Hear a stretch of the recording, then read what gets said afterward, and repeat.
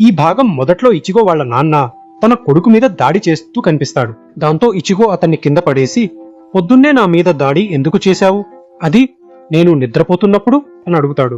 దానికి వాళ్ళ నాన్న, శబాష్ కొడుకా, నువ్వు చాలా బలవంతుడివి అయిపోయావు, నీ శిక్షణ పూర్తయింది. నిజానికి ఇచిగో నాన్న సరదా మనిషి, ఇలాంటి పనులతోనే రోజూ కొడుకుని లేపుతాడు. అప్పుడు ఇచిగోకి గత రాత్రి జరిగిన సంఘటన గుర్తొస్తుంది. యూజు కరీన్ ఎలా ఉన్నారు? వాళ్ళకి దెబ్బలేమైనా తగిలాయా అని నాన్నని అడుగుతాడు. కాని ఆయనకి ఏమీ తెలియదు. అందుకే ఇచిగో బయటికి వెళ్లి పరిస్థితిని చూస్తాడు. అప్పుడు నాన్న, నిన్న రాత్రి ఓ తాగుబోతు ట్రక్కుని మన ఇంట్లోకి గుద్దేశాడు. అదృష్టవశాత్తు ఎవరికీ ఏమీ కాలేదు. అప్పుడు కరీన్ అంటుంది, ఇది వింతగా ఉంది, ఇంత పెద్ద ప్రమాదం జరిగినా మనలో ఎవరికీ మెలకువ రాలేదు. ఇది విని ఇచిగో గందరగోళ పడతాడు. తన చెల్లెళ్ళకి రాత్రి ఘటన ఎందుకు గుర్తులేదు?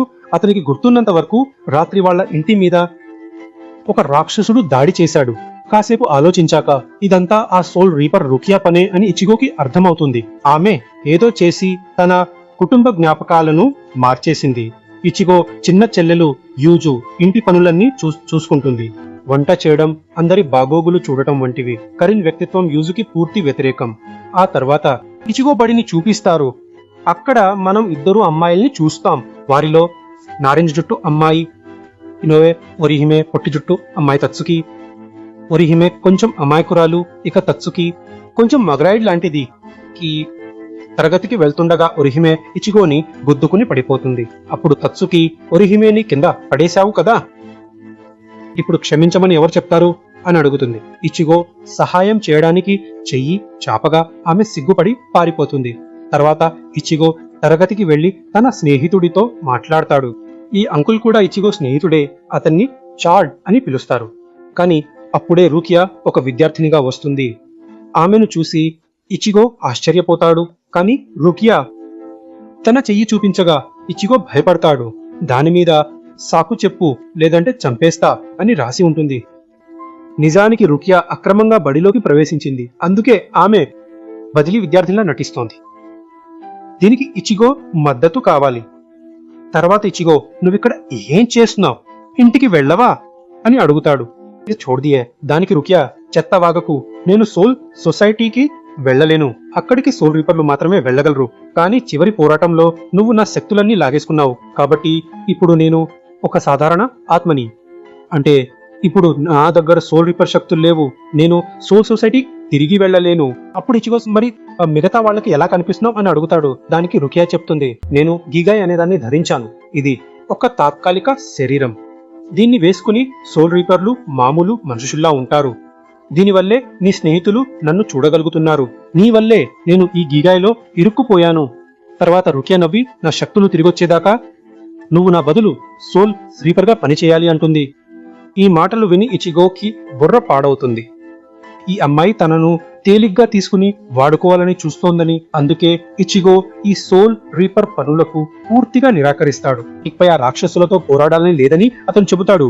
నిన్న తన కుటుంబం ప్రమాదంలో ఉండటంతో తప్పలేదు, ఎవరో అపరిచితుల కోసం ప్రాణం పణంగా పెట్టనంటాడు. ఇది విని రుకియాకు చిర్రెత్తుకొస్తుంది. ఆమె తన బైకర్ తొడుగు వేసుకుని ఇచిగోను గట్టిగా నెడుతుంది. దాంతో ఇచిగో శరీరం నుండి అతని ఆత్మ బయటకు వస్తుంది. అదే ఇచిగో సోల్ రీపర్ రూపం. కింద పడి ఉన్న తన శరీరాన్ని చూసి చనిపోయానేమో అని ఇచిగో భయపడతాడు. తర్వాత రుకియా అతన్ని తీసుకెళ్తూ, ఈ ఫోన్ సోల్ సొసైటీకి చెందిన పరికరం. దీనితో పై అధికారులు ఆదేశాలిస్తారు.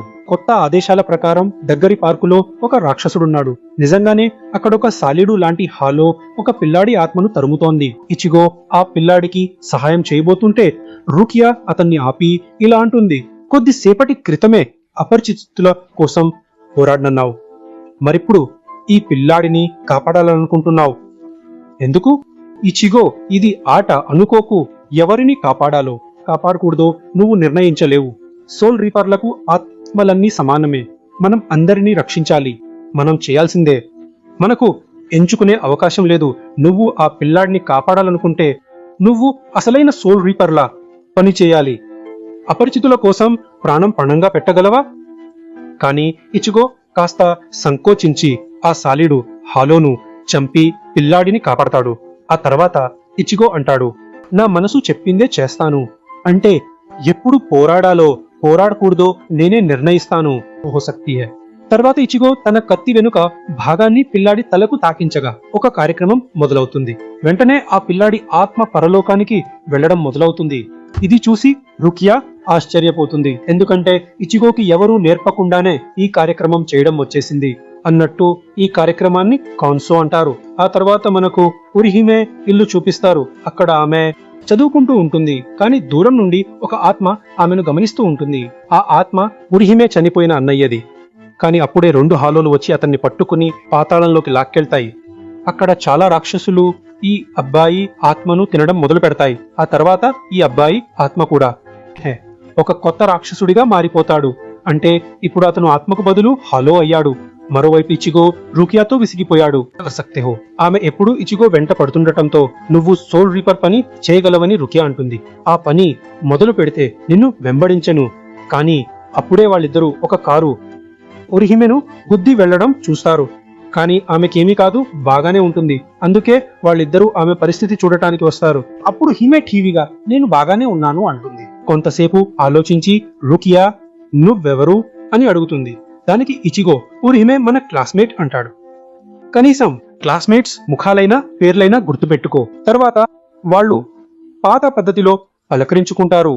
హిమే తను కూరగాయలు తెస్తున్నానని చెబుతుంది. దారిలో ఆమెకు ప్రమాదం జరిగింది. కానీ అయినా ఆమె బాగానే ఉంది. కానీ అప్పుడు రుకియాకు హిమే కాలిపై ఒక చేతి గుర్తు కనిపిస్తుంది. అది మనిషిదిలా లేదు. ఇంటికి వెళ్తుండగా రుకియా ఆ అమ్మాయి ఎవరు అని అడుగుతుంది. దానికి ఇచిగో ఓరిహిమే నా స్నేహితురాలు టాస్కీకి ప్రాణ స్నేహితురాలు. కానీ 3 ఏళ్ల క్రితం ఓరిహిమే అన్నయ్య చనిపోయాడు మా వైద్యశాల ముందే. ఆమెకున్న ఒకే ఒక్క బంధువు అతనే. ఆ తర్వాత ఓరిహిమే ఒంటరి అయిపోయింది. అన్నయ్య చనిపోయినప్పుడు చాలా ఏడ్చింది. అప్పుడు రుకియాకి అర్థమవుతుంది ఉరిహిమెను కారు ప్రమాదం నుండి అన్నయ్యే కాపాడాడని. కానీ ఆ చేతి గుర్తు ఏ మానవ ఆత్మదిలా లేదు. ఆ తర్వాత ఇచిగో రుకియాతో నువ్వు సోల్ సొసైటీకి తిరిగి వెళ్ళలేకపోతే ఇప్పుడెక్కడ ఉంటున్నావు అని అడుగుతాడు. కానీ రుకియా ఏమీ చెప్పకుండానే అక్కడి నుండి వెళ్లిపోతుంది. మరోవైపు టాస్కీ హిమే ఇంటికి భోజనం తెచ్చి మా అమ్మ నీకోసం భోజనం పంపిందని చెబుతుంది. ఉరిహిమే స్నేహితురాల్ని చూసి చాలా సంతోషిస్తుంది. తర్వాత వాళ్ళు భోజనం చేస్తుంటారు. ఇంతలో యుజో ఇచిగో దగ్గరికి వచ్చి నా పైజామా చూసావా, నిన్నటి నుండి కనపడట్లేదు అని అడుగుతుంది. దానికి ఇచిగో నేను నీ పైజామాతో ఏం చేసుకుంటాను, నాకలాంటి వింత అలవాట్లు లేవు. నిజానికి యుజో పైజామాను రుకియా దొంగిలించింది. ఆమె ఇచిగో గదిలోని అల్మారాలో అతనికి తెలియకుండా ఉంటోంది. అంటే రుకియా అతని అల్మారాలో ఒక చిన్న ఇల్లు కట్టుకుంది. తర్వాత రుకియా తన సోల్ గ్లౌస్ వేసుకుని ఇచిగోను నెడుతుంది. దాంతో అతని ఆత్మ శరీరం నుండి వేరవుతుంది. వెంటనే ఇచిగో ఉన్న చోట ఒక రాక్షసుడు దాడి చేస్తాడు. అది ఓరిహిమే అన్నయ్య ఆత్మతో తయారైన రాక్షసుడు. ఆ తర్వాత ఆ రాక్షసుడికి ఇచిగోకి మధ్య పెద్ద పోరాటం మొదలవుతుంది.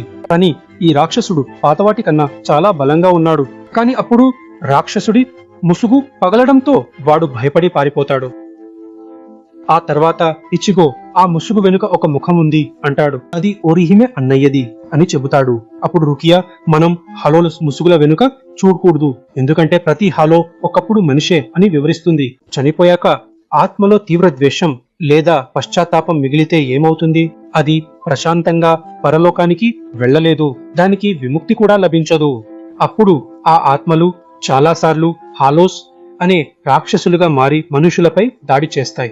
ఆత్మలను తిని శక్తివంతంగా మారడానికి వాటిని ఎదుర్కొనే ఏకైక మార్గం జాన్ పాక్టోతో తలలు చీల్చడమే. ఇది తెలిసి ఇచిగోకి చాలా ఆశ్చర్యం వేసింది. ఇంతలో తత్సుకి ఓరిహిమే మాట్లాడుకుంటున్నారు. ఇచిగో రుకియా కలిసి తిరుగుతున్నారని, బహుశా ప్రేమించుకుంటున్నారేమో అని. ఇది విని తత్సుకి ఆశ్చర్యపోయింది. అప్పుడే వాళ్ళకి కొన్ని శబ్దాలు వినిపించాయి. అది ఓరిహిమే అన్నయ్య అరుపులు. దీంతో ఈ భాగం ముగుస్తుంది. ప్రస్తుతానికి సెలవు. చూసినందుకు ధన్యవాదాలు.